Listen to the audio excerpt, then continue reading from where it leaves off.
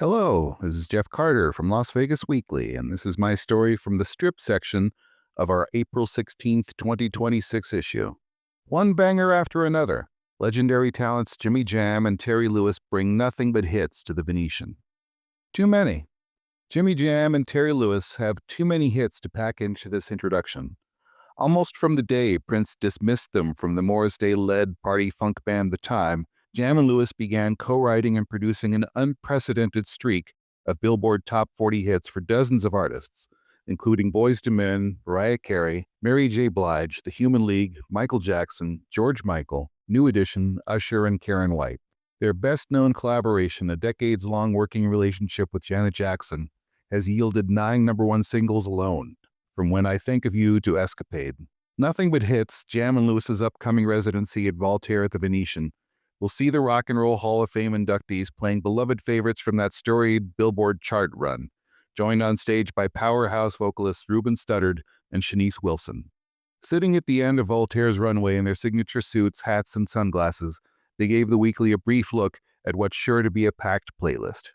I'll identify which one of them is speaking. I know you want to surprise us, but can you reveal maybe one hit from the show? Jimmy Jam. The great thing about this show is that you will not hear Terry and I sing. Well, maybe a little bit, maybe some background and stuff, or else it'll be a comedy show, because that could definitely happen. I guarantee you, if you think about your 10 favorite hit songs from the Jam and Lewis catalog, you'll probably hear all 10 of them. I won't say each song will be a full meal, but it'll be like a tasting. You'll hear a little bit from a lot of songs. I mean, we've had over 40 top 10 records at this point, so we have a lot to choose from, and we're open to suggestions. Well, I'd like to ask you to remember some of those hits, beginning with Janet Jackson's Rhythm Nation. Jimmy Jam. Rhythm Nation was just an idea. Lyrically, we knew what we wanted it to be, but we couldn't figure out what kind of track to do. Although we knew it needed to be up-tempo, it needed to be powerful. We were at dinner and Sly and the Family Stone's Thank You for Letting Me Be Myself Again came on. It kind of became background noise until the little break in the song came in. And I was like, check please. I knew immediately that was the foundation of the song. We put it in a little AMS sampler that had maybe 6 seconds of sampling time, but it was enough to get the Jam sings the jagged guitar riff, and we just looped it. And I remember as we were doing the track, Janet walked in and she just said, "Is that Rhythm Nation?" And we said, "We think so." That record hasn't aged a second, has it? Jimmy Jam. Our favorite album of all time is Marvin Gaye's What's Going On. You think about the fact that its words and lyrics are so relevant today, and that was over 50 years ago, so that's not good. We're very proud that the Rhythm Nation album stayed in people's minds. It was kind of a solution-based album where we were trying to get people to realize that we have more in common than we do apart from each other. Hopefully those messages continue to resonate and make some change in a positive way. Okay, what can you tell us about George Michael's Monkey? Jimmy Jam. George Michael was so succinct in what he wanted. I say that because a lot of times artists would ask us to do a song and then we'd say, well, what kind of song are you looking for? And they'd say, oh, I love everything you do. And it'd be like, we don't even love everything we do. Give us a clue. So George called us and he was very succinct in what he wanted. He said, you guys did 2 remixes that I really liked. You did the Nasty Cool Summer Mix and you did the Diamonds Cool Summer Mix. And what I liked about those mixes was you put chords over the groove, but it didn't lose the funk. Every time I try to put chords over Monkey, it loses all the funk. So that gave us our assignment. Okay, we know exactly what to do. It was just going to be a remix initially. And when he heard it, he said, I've got to re-sing this. So we ended up going to LA for 4 days because he was coming back from the Bahamas or somewhere warm, and he didn't want to come to cold Minneapolis.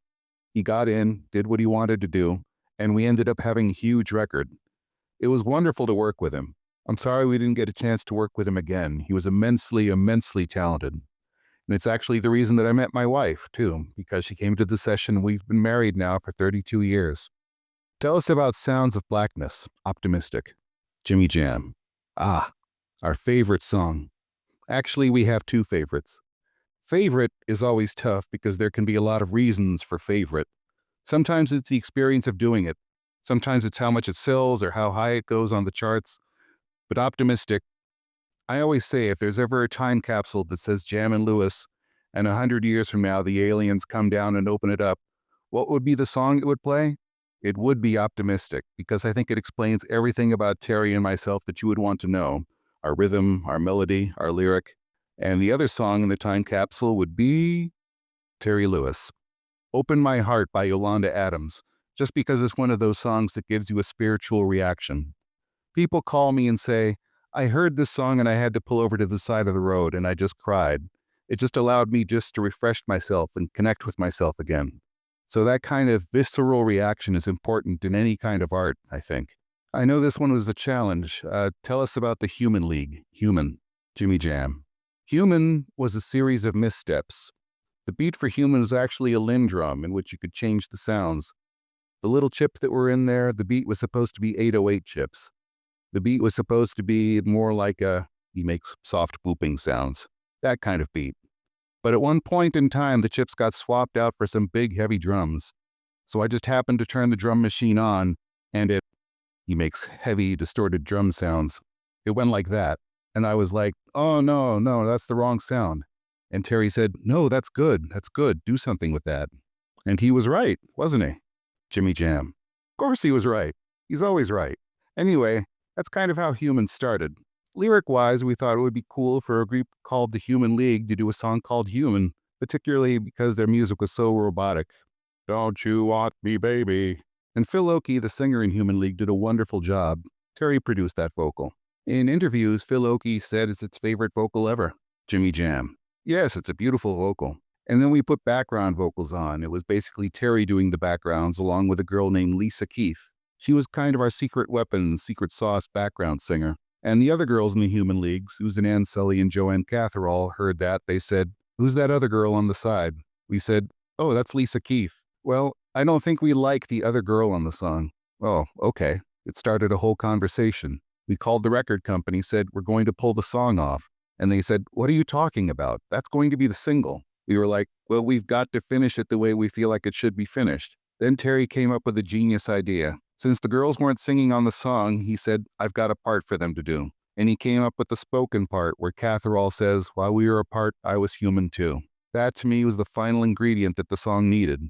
Because a lot of those songs, if it's an apology song or a regret song, it's always one side of it. But in a relationship, there's two sides. And it happened that Phil Oakey was actually seeing the girls speaking that part. It made it really good. The adversity of making the song is part of the reason it came out so beautifully. Problem solving is a big part of music production. In revisiting your career, have there been songs that you've been tempted to go back and tweak, add to, subtract from? Terry Lewis. I don't think I would want to add anything to anything that's already done because I tend to think more forward.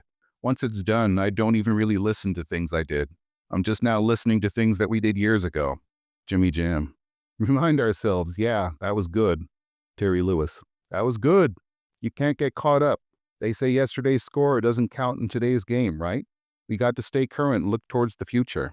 But it is fun to listen back just to hear where we were, where our thoughts were, where the performances were. Just knowing where the inspiration came from. And that was the artists that we worked with. We worked with so many brilliant artists over the years, and that part of it is special. I love the journey, and the journey for me is much more important than the destination. I hope I never arrive. I just want to keep having fun. Are there tracks of yours that you would wish had gotten more attention than they did? Jimmy Jam. The first one that always pops into my head was a song we did with Gladys Knight called Home Alone. I love the arrangement of it. Gladys's voice, to work with her was just amazing. It was never a single, but I think it's a beautiful arrangement with beautiful words. Terry Lewis. I have two.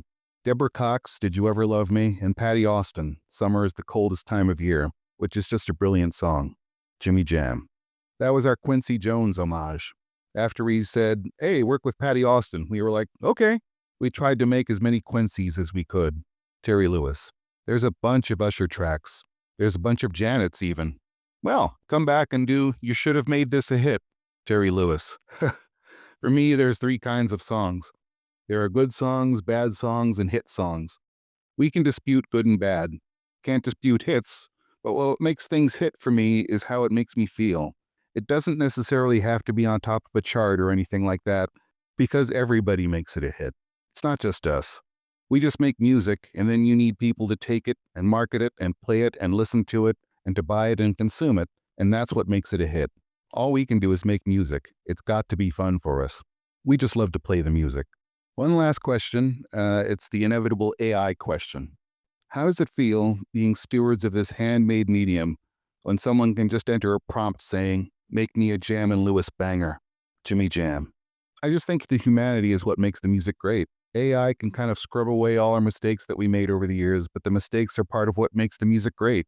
When you make it too perfect, I think it doesn't sound right. Good example. You just asked your question about songs that were not as big of hits as we thought they should have been or that were underlooked. But there's been songs that have gone the other way.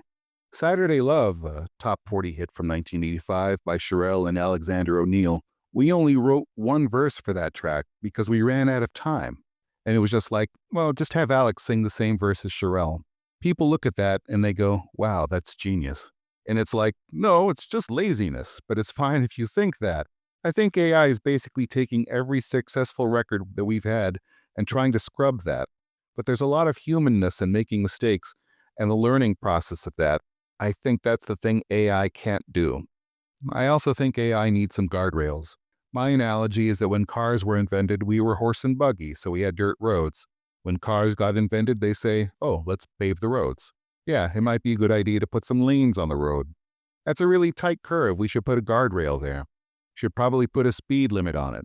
Doesn't mean that people don't drive it. It just means they do it safely. And I think that's the thing with AI. I think you have to have the compensation for the people who are basically getting their stuff scrubbed, and you must have their permission to use it. If someone says, oh, here's a Jam and Lewis prompt and I'm going to make a song, that's fine, but maybe we should participate in that. We should be asked, is it okay to do this? Terry Lewis. Yeah. In a world where music sells everything but music itself, it's important to protect the creators of said music. Do we get a piece of that? If not, just leave it there. Jimmy Jam and Terry Lewis perform at Voltaire at Venetian April 17th through 26th. For more information, visit voltairelv.com. You can find this story and others online at lasvegasweekly.com.